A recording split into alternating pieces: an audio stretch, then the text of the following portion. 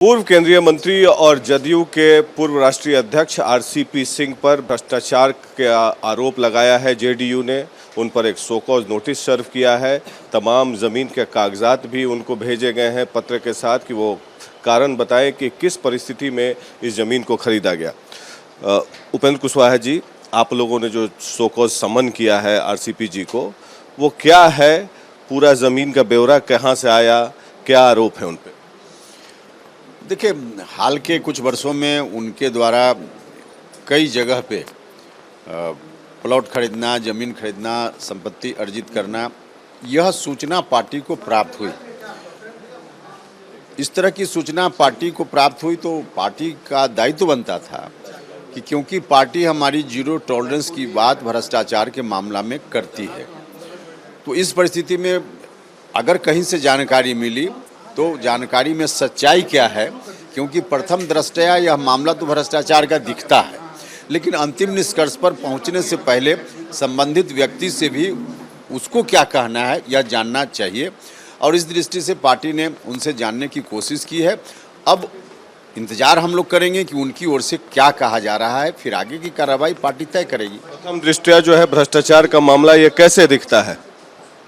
इसलिए कि जितना ब्यौरा दिया गया है, आखिर उसको अर्जित करने के लिए जो संपत्ति चाहिए, स्वाभाविक रूप से देखकर तो ऐसा लगता है कि उतनी संपत्ति अचानक से 5 साल में कहाँ से किसी व्यक्ति के पास जो जानकारी दिखती है बाहर में कि स्रोत उनके पास क्या क्या है, उन स्रोतों के आधार पर उतनी संपत्ति कहाँ से आ जाएगी। तो इसलिए देखकर एट ए ग्लांस तो ऐसा लगता है, लेकिन फिर भी पूरी सच्चाई तो तब सामने आएगी जब उनका पक्ष भी आ जाएगा। तो आरसीपी जी तो मुख्यमंत्री जी के साथ करीब 1999 से जुड़े हुए हैं, तो करीब 23 साल से ये मामला केवल पिछले 9 साल का दिया गया है। तो क्या कोई भ्रष्टाचार में लिप्त व्यक्ति है, उसकी जानकारी 23 साल बाद पता चलती है पार्टी को, और केवल 9 साल का ब्यौरा देने के लिए कहा जाता है? जब वो प्रधान सचिव थे मुख्यमंत्री के, तब वो भ्रष्टाचारी नहीं थे? नहीं, देखिए, कब भ्रष्टाचारी थे कब नहीं थे, इस पर अभी कोई बात नहीं हो रही। पार्टी को जितनी जानकारी अलग अलग स्रोतों से मिली, जब जानकारी मिली तब से पार्टी एक्टिव है। अब जितनी जानकारी मिली, इसके अतिरिक्त आपको भी और किसी भी व्यक्ति को कोई और जानकारी अगर पहले की भी है तो जानकारी दे कोई व्यक्ति, निश्चित रूप से उस पर भी पार्टी एक्ट करेगी। आप लोगों ने अपने स्तर से क्यों सो कॉज नोटिस किया? कोई आपका एजेंसीज भी है, ईओयू है, आईबी है, आपका स्पेशल ब्रांच है, सीबीआई है, इनकम टैक्स है, ईडी है, आप लोगों ने उन लोगों के माध्यम से क्यों नहीं जांच कराया? पार्टी क्यों सो कॉज नोटिस कर रही है? क्या इसे देखा जाए कि बीजेपी से आपके संबंध जो गड़बड़ है उसको लेकर इनको चेकमेट किया जा रहा है? नहीं, ऐसा नहीं। पॉलिटिकल विषय यह नहीं है।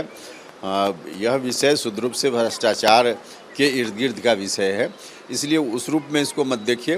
पार्टी का जो दायित्व बनता है पार्टी ने किया, और सरकार की एजेंसी की ज़रूरत जब होगी तो सरकार की एजेंसी भी इसमें आएगी। क्या आप लोग उनको अब पार्टी से हटाएंगे, बर्खास्त करेंगे? क्योंकि आपने कह दिया कि प्रथम दृष्टया ये भ्रष्टाचार का मामला है, तो क्या तत्काल प्रभाव से निलंबित करने का अनुमोदन करेंगे आप?